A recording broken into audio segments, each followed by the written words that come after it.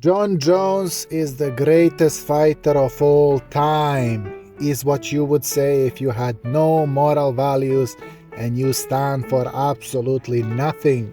Which is the case because MMA is infiltrated with deranged right-wingers. Donald Trump fucking saved America. He put America first. He fucking secured our borders. Hey, I heard they just tried to whack my boy Trump. I'm glad that man's okay. Long live Trump. Let's go, baby. Trump 2024. Jones is a very talented fighter. But if we take into consideration everything he has done, not a role model for younger fans, this guy stands for nothing and has done some very heinous crimes in the past. We are learning more about the domestic violence arrest of MMA fighter Jon Jones. Jones was arrested in Las Vegas Friday morning, just hours after being inducted into the UFC Hall of Fame. According to the criminal complaint, the incident involved Jones' longtime girlfriend, whom he shares 3 children with. Lobby staff at Caesars Palace reports that she was bleeding from the nose and lip and stated she was scared to return to the room if Jones was there. All she would tell police is that Jones had been out drinking with friends and when he returned to the room was upset. But she says he didn't hit her. Police, however, documented her clothes had blood on them. Jones is charged with domestic battery and tampering with a vehicle for allegedly headbutting a police car, leaving a dent after being arrested. Officers, I hate you. I hate you. I hate you. No, please don't. Okay, that's breathe, bro. And of course, what do you expect when the head of the UFC, the man in pink, Dana White, cannot stop praising this guy in public and just completely glazing him off? All right, guys, Power Slap Road to the title right now. On Rumble, free on Rumble. Jon Jones, pound for pound, best in the world.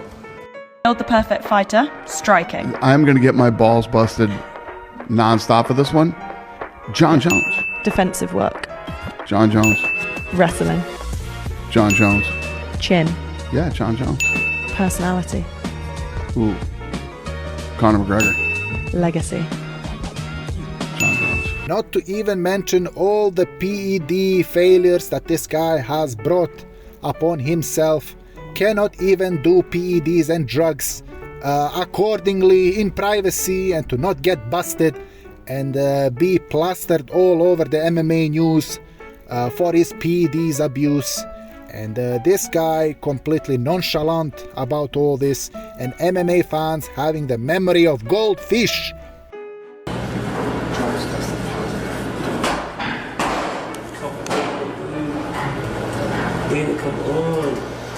Come on. I know, bro. Fuck, I'm so sorry. Come on.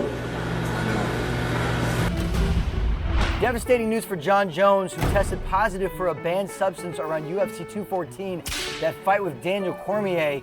Here's the deal. We've learned that the test was actually administered between the weigh-in and the fight. So it was before he stepped into the octagon, but the results have only been revealed now. He tested positive for something called Turinabol, which is an anabolic steroid. It's a banned substance.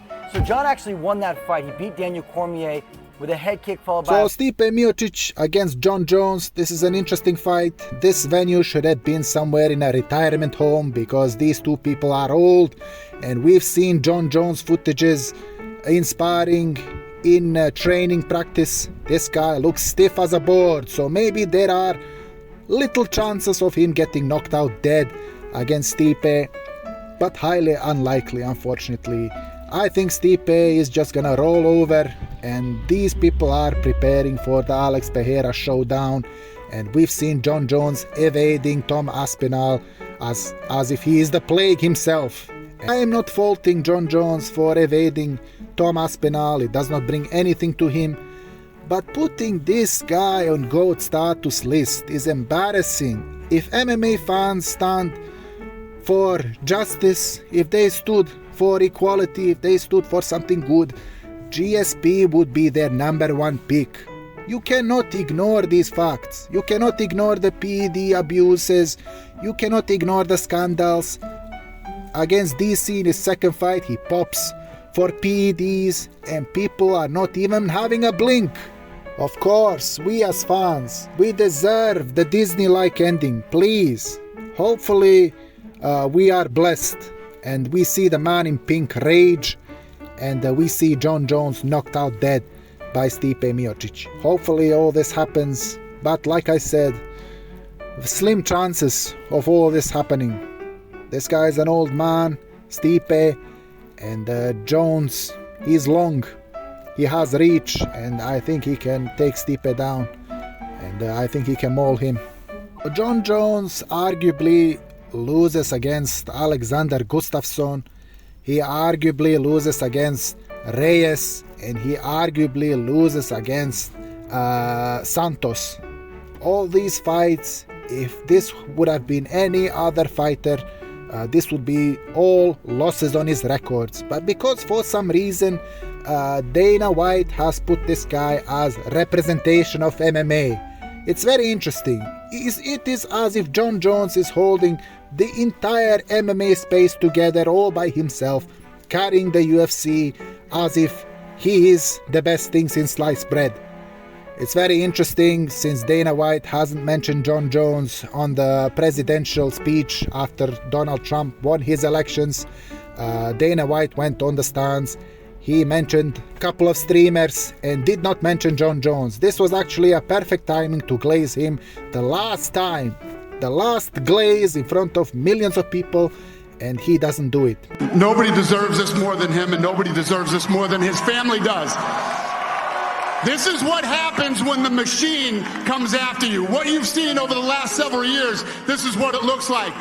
Couldn't stop him. He keeps going forward. He doesn't quit. He's the most resilient, hard-working man I've ever met in my life. His family are incredible people. This is karma, ladies and gentlemen. He deserves this. They deserve it as a family.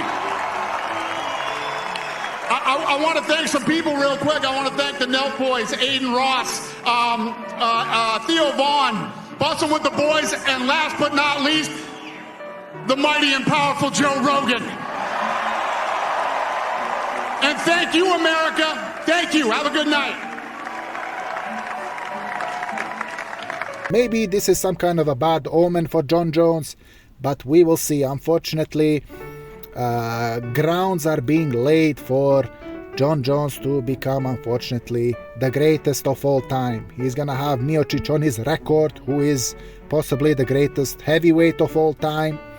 And people in history will look back and they will look the records. And that is all that matters.